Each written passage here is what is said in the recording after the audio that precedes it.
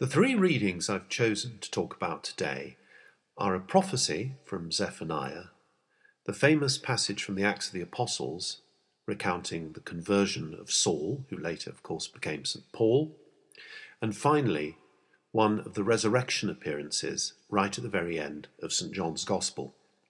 So first to the prophecy from Zephaniah, which comes at the end of this very short book.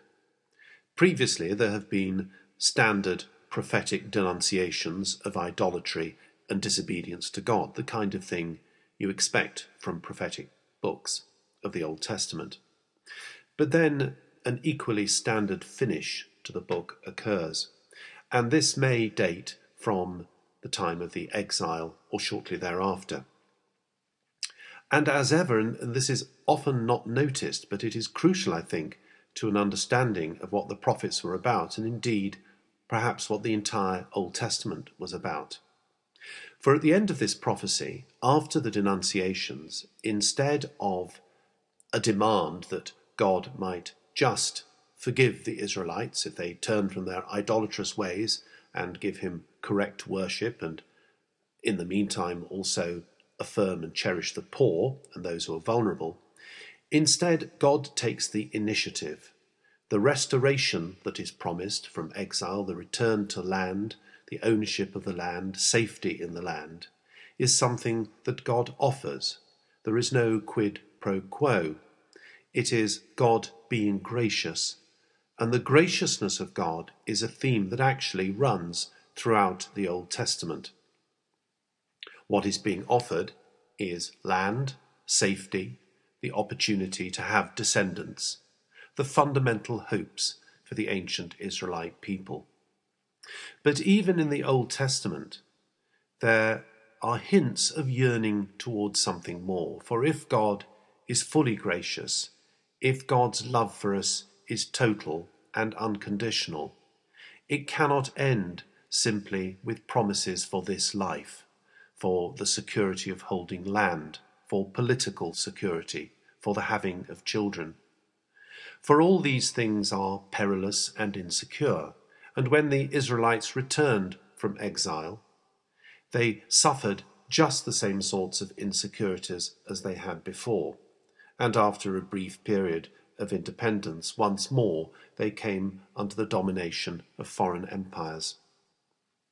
And so there is a sort of logic, it seems to me, in the Old Testament which does look forward to the New, that almost requires of God that God should offer something more than a precarious tenure of the land, than hope for descendants in that land.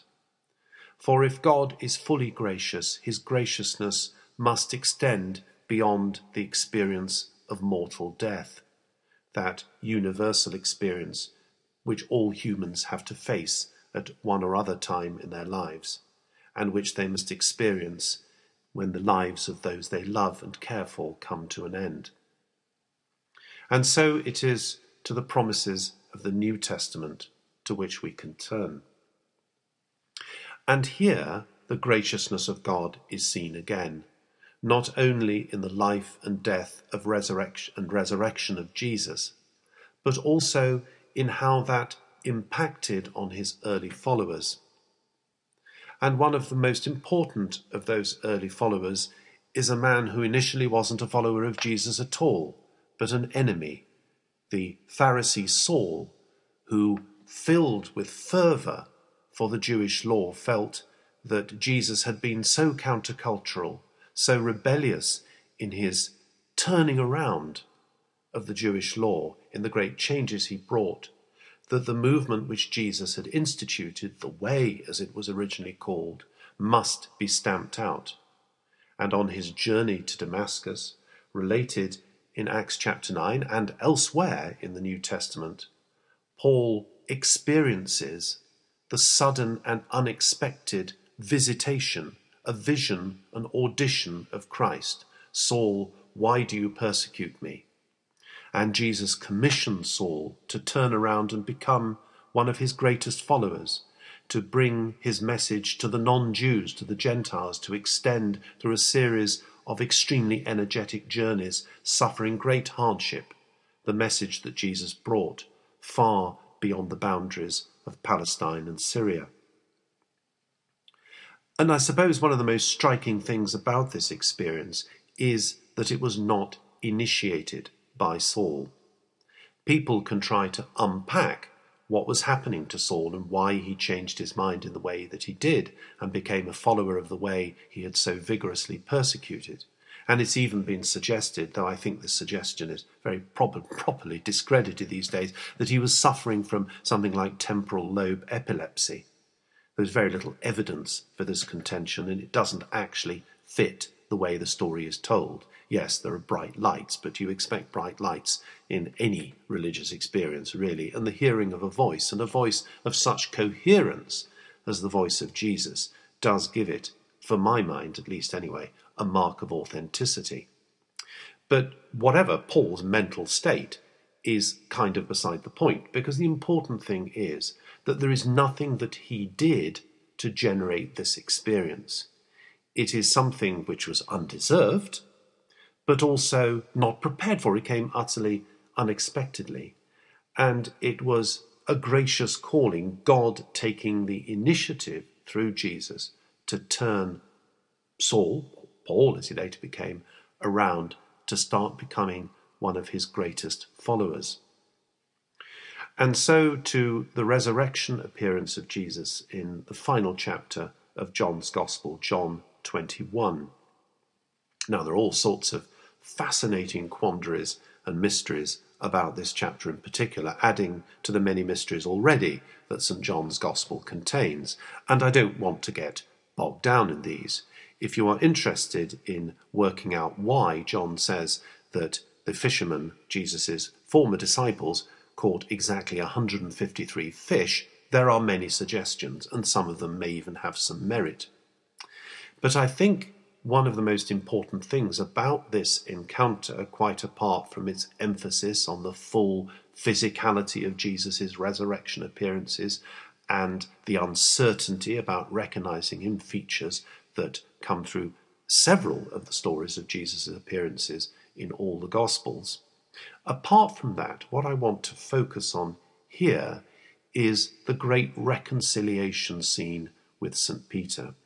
St. Peter has denied Jesus 3 times. He has, I suppose, committed a betrayal which was as hurtful and internally damaging in its way as was the betrayal by Judas, even though it was Judas's betrayal that externally led to Jesus' arrest and crucifixion. And so Peter may well have felt that he had lost all credibility, he had lost everything. He had betrayed, he had denied his master and his friend. And from that depth of despair, from that depth of failure, how could he have climbed back? What possible repair could be done to that relationship? And here we see Jesus showing the graciousness of God in taking the initiative in asking Peter 3 times, "Do you love me?" And in that exchange, the reconciliation is effected. And it is nothing that Peter does. It is simply God taking the initiative, showing his gracious love through how Jesus relates to Peter. And again, although this is a scene of great beauty, and it no doubt brought enormous comfort to Peter, as ever with the resurrection appearances of Jesus, it is not all about comfort. It is not all about reassurance. Because not only does Jesus foretell the kind of death that Peter is going to suffer, and this is surely something that John has interpreted from the words of Jesus, which don't initially seem to refer to Peter's crucifixion, when he talks about Peter being having a belt put round him and taken where he would not go. But it has been taken to be a reference to Peter's death. So the reward, if you like, for the reconciliation is that Peter is going to have to share in the sufferings of Jesus in a symbolically very powerful way. But not only that, the reconciliation scene is accompanied not only with a repeated, "Do you love me?" but also a command, "Feed my sheep." The response to the resurrection is not just to sit down and say, "Oh, it's all very well. We can now rest assured that there is going to be a resurrection and that Jesus has conquered death." We are given instructions. We're given a command to live our lives in a certain way. And this double effect of the resurrection is something that I think, particularly for Christians at Eastertide, is something we can reflect upon. It is something that gives us a very powerful challenge, because not only are we invited to hope, to dare to hope the unthinkable, that death has been conquered and that everything is therefore different, everything is therefore changed. The appearance that everything comes to an end and that is it is an illusion. And we can take great joy from that, great comfort. But there is also the command to let our lives be transformed by that hope, to live as if it were true. And that challenge is a difficult one. That command is a hard one to follow. And although when people are converted to following Christ, as was Saul, in their adulthood, they can respond to that command by letting their lives be transformed in some great single experience, some great single decision. For those of us who live our Christian lives year after year, and who perhaps became Christians in the cradle, baptized as infants and raised in the faith, at Eastertide we can remind ourselves that the effect of the resurrection of Jesus is not just one of joy and comfort, but it also involves a challenge and a command. So each year, let us remind ourselves we must let our lives be transformed and continue to be transformed by the wonderful message of the resurrection of Jesus.